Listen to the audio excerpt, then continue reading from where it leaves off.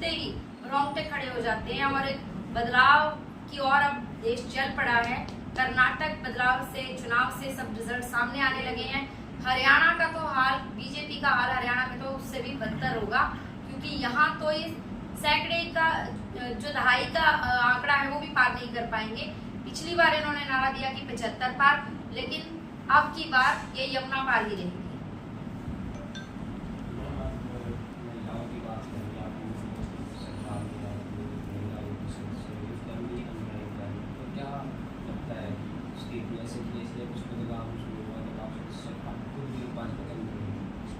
देखिए, महिला आयोग की सदस्य जब मैं बनी तो मुझे मौका मिला है, प्लेटफॉर्म मिला प्रदेश की महिलाओं के लिए काम करने का, क्योंकि मैं गांव से जुड़ी हूँ। मेरे पास गांव की महिलाएं आती थी, कोई विधवा है, कोई और किसी की समस्या है, कोई राशन कार्ड की समस्या है, मैं हेल्प करती थी जितना हो सकता था। नरवाना तक आके, सेक्रेटरी तक, क्योंकि वहाँ भी करनी होती थी, महिलाएं जा नहीं सकती थी। तो महिलाओं की पीड़ा मैं समझती हूँ। एक अध्यापिका भी रही हूँ और सामाजिक विज्ञान की, तो सामाजिक मुद्दों की गंभीरता मैं समझ सकती हूँ।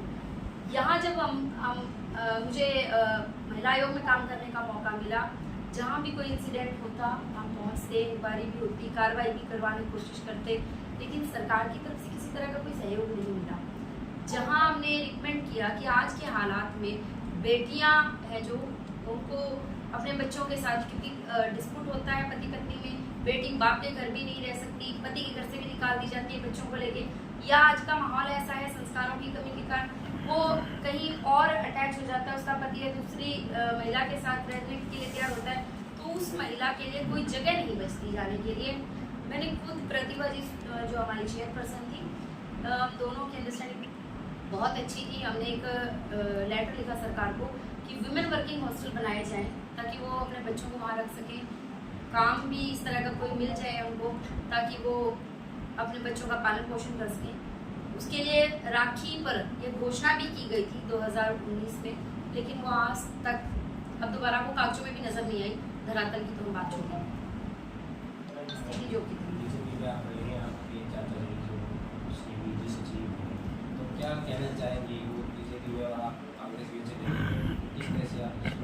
देखिए, कृष्ण बेदी जी मेरे चाचा जी हैं और आदरणीय हैं, हमारे मार्गदर्शक भी रहे हैं मेरे, लेकिन उनकी राजनीति बहुत पुरानी ही भाजपा से है। मैं 2013 में 14 में मैंने मेरे पति के साथ बीजेपी ज्वाइन की थी, क्योंकि ये कांग्रेस में रहे हैं, पूर्व में उपाध्यक्ष रही हैं स्टेट के एसी मोर्चा के, और जिस समय मैंने राजनीति में कदम रखा भाजपा में, तो उस समय तक तो कृष्ण बेदी जी को भी नहीं पता था कि मैं भाजपा ज्वाइन कर रही हूँ। तो उनके साथ ना तो मैंने पार्टी ज्वाइन की और ना ही यहाँ तक आने में मैंने देखो किसी तरह से उनके नाम का दुरुपयोग किया, क्योंकि आयोग में आई तो मैं उससे पहले जिला सचिव रही और बहुत अच्छे से काम किया। उसको देखते हुए ही मुझे सेंट्रल मंत्री ने और एक अधिकारी और थे जिन्होंने सहयोग किया और ये नाम आगे बढ़ाया। महिला आयोग में आने के बाद फिर छवि बनाने का, काम करने का मौका मिल गया, तो वो अपनी छवि हमने बरकरार रखी। ये निष्पक्ष काम करते हैं, स्वार्थ की राजनीति से ये दूर है, चाहे कोई अपना भी है गलत करता है तो हम उसको गलत कहने की हिम्मत रखते हैं। कांग्रेस पार्टी में जी जो अंतर्कलह की खबरें सुनाई देती हैं, राजस्थान सरकार में भी जो सचिन पायलट और गहलोत जी का आपसी विवाद रहा है, क्या आपको लगता है आगामी चुनावों में कांग्रेस हरियाणा प्रदेश के अंदर एक साथ मजबूत होकर चुनाव लड़ सकेगी? बहुत बढ़िया से चुनाव लड़ेंगे और सरकार आएगी 101%, क्योंकि कर्नाटक का रिजल्ट ये दिखा चुका है। अंतर्कलह की बात करें, ये कलह नहीं लेंगे, ये कंपटीशन होता है, होना भी चाहिए। अंतर्कलह तो बीजेपी में बहुत है, मैं बीजेपी में 9 साल लगाकर आई हूँ। सिर्फ इतना है कि वहाँ लोकतंत्र नहीं है, वहाँ बोलने नहीं दिया जाता किसी को। लेकिन ये कांग्रेस है जहाँ अपनी बात रखने का सभी नेताओं को मौका मिलता है, तो इसे लोकतंत्र कहा जा सकता है। ये लोकतंत्र की संविधान के अनुसार चलने वाली पार्टी है, लेकिन भाजपा में ऐसा कहीं नहीं है। हरियाणा प्रदेश में ही हम देखें तो मनोहर लाल जी का ग्रुप अलग है, धनखड़ जी का ग्रुप अलग है, अनिल विज जी का ग्रुप अलग है, लेकिन खुलकर कोई बोलता नहीं है। सच्चाई सबको पता है, अंतर्कलह बीजेपी में ज्यादा है। नरवाना के विधायक द्वारा कहा जा रहा है कि नरवाना के लिए एक मास्टर प्लान तैयार किया जा रहा है, जिसके अंदर सड़कों का और सीवरेज की व्यवस्था का समाधान किया जाएगा। इस मुद्दे पे मुझसे ज़्यादा आप लोग बेहतर जानते हैं और सवाल भी आप उठाते रहते हैं कि हम बहुत दिनों से सुन रहे हैं कि वो मास्टर प्लान बना रहे हैं, इम्प्लीमेंट करने वाले हैं, वो पाइपलाइन में है, कब आएगा पता नहीं। उसकी 9 साल में कुछ नहीं हुआ, अभी 4 साल से तो वो भी हैं, तो 1 साल चुनाव का बचा, 1 साल से भी कम, तो इसमें क्या मास्टर प्लान को कराएंगे, मुझे नहीं। निर्माणा की अवैध कॉलोनियों को लेके जी आपका कुछ है जो कि सरकार ने कहा है कि मंजूर कर दी जाएंगे, लेकिन अब तक काफ़ी कॉलोनियाँ हैं जहाँ मकान बन चुके हैं लेकिन वो अनअप्रूव्ड नहीं हुई हैं अभी तक? भाजपा सरकार की जितनी भी घोषणाएं हैं वो केवल जुबानी है, कागजों तक है। अमली जामा पहनाने की स्थिति में तो ये रहते ही नहीं है। इनको सिर्फ फोटो खिंचवाना, भाषण देना और बधाई संदेश देने तक ही ये सीमित है। काम करने में और लोगों को जन सुविधाओं, जनता को जन सुविधाएं देने में ये सबसे पीछे है, निकम्मी और नकारा सरकार। मैं टिकट की बात करें 2009 में आपने कहा 2014 आप कह रहे हैं भाजपा की, कांग्रेस में आप क्या उम्मीद रखते हैं अगर टिकट देती है कांग्रेस तो मान के चले तो क्या आप कांग्रेस के साथ ऐसे ही चलेंगे? देखिए, कहते हैं कि अनुभव बहुत कुछ सिखाता है। 9 साल का समय छोटा नहीं होता, थोड़ा नहीं होता। 9 साल में मैंने बहुत बारीकियाँ सीखी हैं, समझी हैं, मुद्दों को भी गहराई से समझा है। मैं एक निष्कर्ष पर पहुंची हूं और तभी कार्यकर्ताओं के साथ विचार करके नरवाना के हित को देखते हुए मैंने ये फैसला लिया है।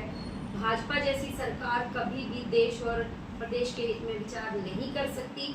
ये तानाशाही सिस्टम लागू करना चाहते हैं। इससे क्या फर्क पड़ेगा अगर नरेंद्र मोदी जी ने अपने आप को ऐसे दबंग नेता के तौर पे एक पहचान बना ली, विदेशों में उनकी ऐसी पहचान है। जब देश के अंदर की जनता त्राही कर रही है, अराजकता है, आपस में द्वेष भावना बढ़ा दी गई है, जातियों में, धर्मों में, तो ऐसी दबंग छवि का करेंगे क्या? कुछ होने वाला नहीं है। यहाँ कांग्रेस पार्टी के इतिहास की बात करें या हुड्डा साहब के नेतृत्व में जो 10 साल काम हुए हैं उनकी बात करें, कोई वर्ग नाराज नहीं था, लेकिन बदलाव चाहते थे ये सोचकर कि शायद कुछ अच्छा हो जाए।